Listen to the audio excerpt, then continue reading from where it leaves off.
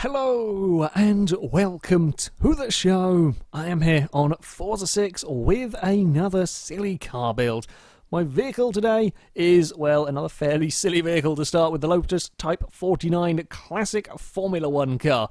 Huge amounts of speed, very little in the way of weight, and very little in the way of controllability as well. Better than the likes of the Alpha P3 and the Auto Union and so on, but still crazy power to weight ratio and whatnot. I don't quite know how this is going to drive.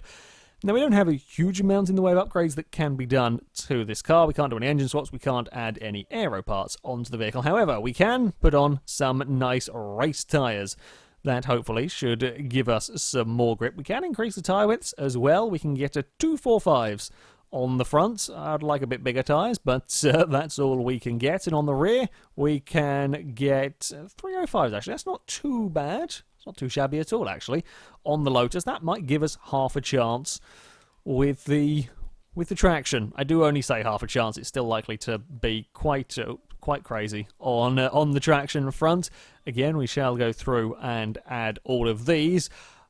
Well, there isn't a huge amount in the way of parts. The engine is going to be a similar story. We're not going to be getting 1,000 horsepower. I would love to see what one of these would be like with 1,000 horsepower, but we're simply not able to put that level of power in it. I will have some nice race brakes. Anything that can try and get this thing slowed down quickly will be good. Admittedly, it doesn't need thousands of horsepower, though, because it is, well, 1,100 pounds. That's it.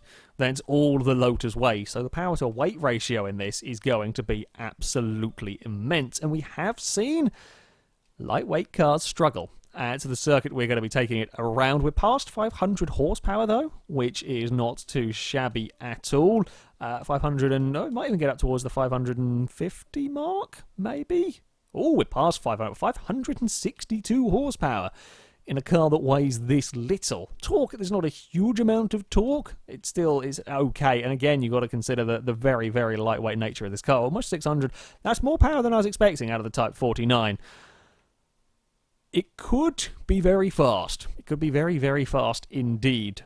But that is a big but. It's got to have some control to go with it.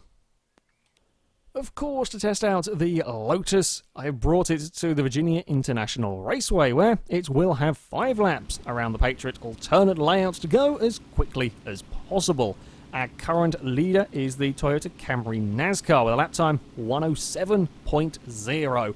I suspect rather impossible target for the Lotus. The NASCAR was considerably higher in PI terms and actually rather good to drive around here, and this Lotus likely to be a handful. We can actually get off the line pretty well, I think. Oh god, yeah, these... Oh no, we've got a big twitch. These bumps might be the biggest killer for the Lotus. As I said earlier, we have seen lightweight cars have problems, and it's mainly with the bumps up towards turn 1. The cars just get thrown about too much. The likes of the NASCAR and the Veyron that have been fastest around here, and even to an extent the Hot Wheels Mustang, the Bentley, and so on, they have all had no issues, and they've all been a little bit heavier vehicles. This is going to be a handful coming down towards that first corner. The good news, though, is not quite as leery and oversteery as I feared it might be. Big rear tyres and the tamest of power outputs of the cars that have gone so far. Well, yes, the power to weight ratio is immense. There is still simply less power going through the rear wheels of this car than all of the other vehicles. I mean, 2 of these wouldn't match the horsepower output of the Veyron. It still does put that power down to the road relatively well, and I really did think that it was going to be spinning the wheels up a lot more. We can just about to get to full throttle there, but this is where we're going to have issues. Can I be flat out up here? Oh, just about. But you've pretty much got to...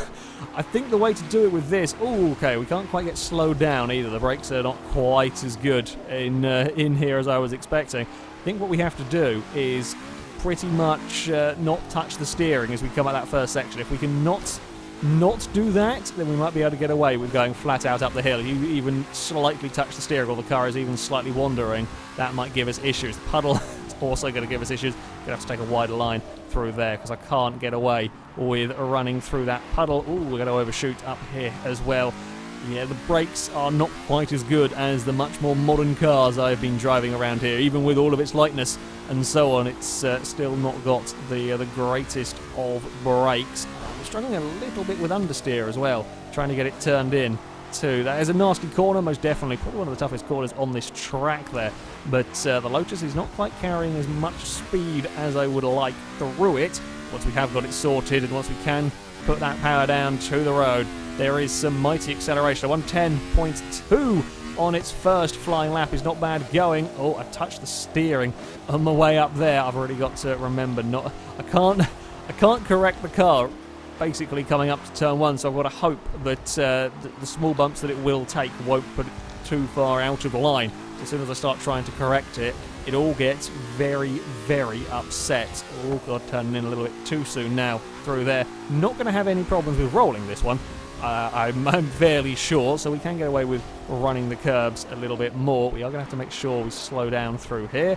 Now, take the wide line. Not going to bother with first gear because we're just going to get wheel spin out of here. Even in second gear, if you're not careful, going to be a fair amount of wheel spin and a bit of sideways action coming up that hill. I really can't get the front end turned in. We have seen the faster cars take about 100 miles an hour around that turn, and the Lotus just wide. But I think the Mercedes G-Wagon was taking more speed around that corner than the Lotus. The Lotus is far quicker everywhere else, mind. Right, there we go. We've got it out of that final turn, accelerating down towards the line. Oh, 108.8 from the Lotus. That is not bad going. I'm fighting it once more.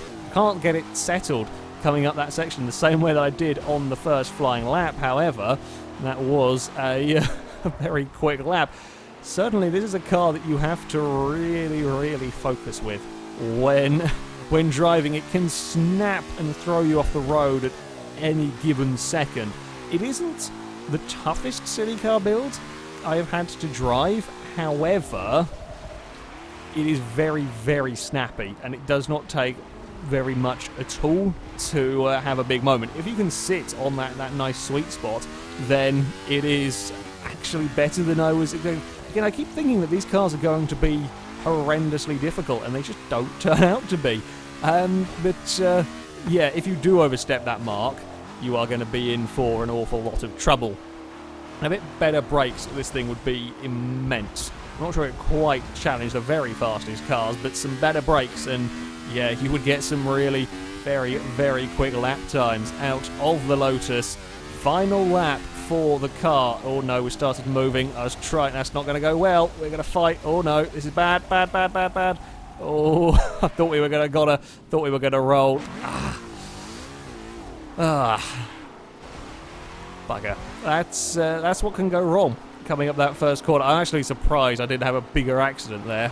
I was really pushing my luck. I was trying to carry more and more speed up to that section. I mean, this is matching some of the very fastest cars for straight line speed. It's well into the 180 miles an hour when I have to get on the brakes, and that is relying on me having got it controlled up that hill. I probably would have been screwed anyway with that sign being in the way there. The signs are really nasty, especially with the very small light cars. They can really knock you off course and certainly ruin fastest laps, if not entire races sometimes. So yeah, I don't think I would have gone faster anyway on this lap. We're going to have a little bit of slight sideways silliness to end the lap with the car. Yeah, I mean, it's a lot more drivable than it could have been. It can be very, very uncooperative when you overstep that margin. But yeah, more controllable than I feared. 118 to finish. Yeah, it was inevitable we're going to have a big accident at some point coming up towards that first corner. A 108.8 though for its fastest lap is very, very good going, considering a lot of cars have been stuck in the 1 minute 10s. To get that kind of time is no easy feat for such a crazy vehicle. It will put the Lotus into 5th place. It is 0.4 of a second down on the Bentley, but let's not forget, well, yes, the Bentley is big and heavy. It is four-wheel drive, and that traction is immense. You know, I could boot it out of every corner with the Bentley and it would have grip, whereas this was not the case whatsoever. So to get that close to the Bentley is very, very good going. I mean, it's less than a second off the Hot Wheels Mustang. Remember, that Hot Wheels Mustang has humongous amounts of downforce, and this has none on the car whatsoever. I can't put the Forza Aero bits on it and so on. So, yeah, that's a good time. That is lightness and a good chassis can do. But yeah, you can find that line without as much trouble as I thought. When you do go over it, you are going to have a big accident, and the bumps up towards turn 1 is the place where you are likely to have said big accident. So an impressive lap time for the Lotus. It is now time to find just how quickly it'll go in a straight line. And that, of course, means a trip to Le Mans. Now, the Lotus doesn't have anywhere near the horsepower of the fastest cars. However, it is a rather aerodynamic vehicle, so it should go relatively quickly. We're not quite going to see 270 out of it, but we could see some pretty impressive straight line speed. Could we get past 230, perhaps, with some slightly longer gear ratios? We could get up to maybe 250, might be pushing it a little bit. I do have some rather big concerns about how this car is going to drive at 250 miles an hour. Okay, about 248, I think, is what we're going to potentially see out of the vehicle. That's probably going to be more than enough to terrify the crap out of me. Can we get any more? And I think it's going to be at 240. Yeah, 248 is all we're going to likely see here. Yeah, we can't do anything with that. So, yeah, okay. Let us see what the crazy Lotus is going to have. To be fair, having extended these gear ratios might actually help it around these turns. We might have a bit less wheel spin as we go towards the long straight here. Oh god, we have quite a bit more understeer than I was prepared for through that first corner. I guess I should have really known, seeing how the car drove in a couple of places at Virginia. Ooh, snappy oversteer. Managed to catch it. I really thought that was going to go round. Ooh, bumps are not fun. Bumps are not a fun place. That's kind of the problem with such a light racing vehicle. We may well get launched skyward or launch into a wall when we come to the end of the straight. There are bumps along the straight as well that could potentially cause issues for this car.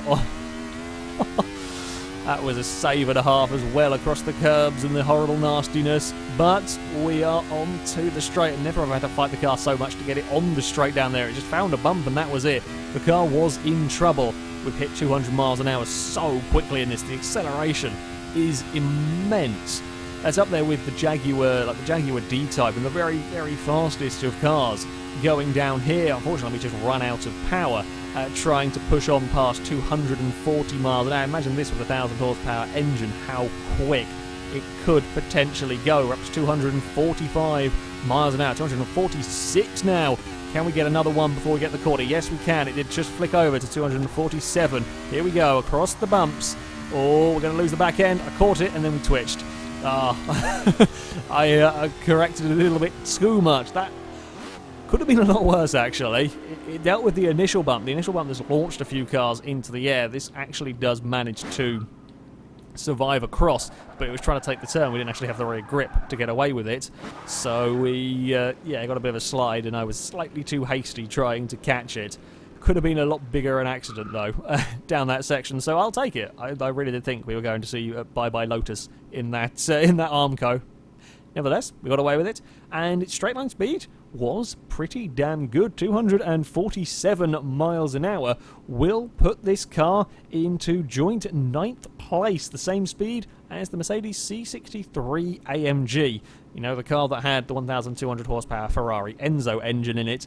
I wish I could put that engine in this. I would really love to see what it could do. Still, 246 is very, very good going. It does lose out to the Carrera GT and the BMW 1M and the Lotus 11. Interestingly, the 11 is terrifying to drive down the Le Mans straight, let alone around a corner. It does beat the Maserati Birdcage, the Pontiac Firebird Trans Am, and the Bentley Continental GT. It goes faster than that down here in the Dodge Daytona. Could have been a lot worse, I think, is the best way to sum this car up. I was really expecting a utterly horrendously terrifying to drive machine, and that wasn't quite what I got. Difficult, yes, but can be a bit more manageable, I think is the best way to put it. Yeah, decent lap time and plenty of straight line speed and not a complete catastrophe when we came to the bump at the end of the straight.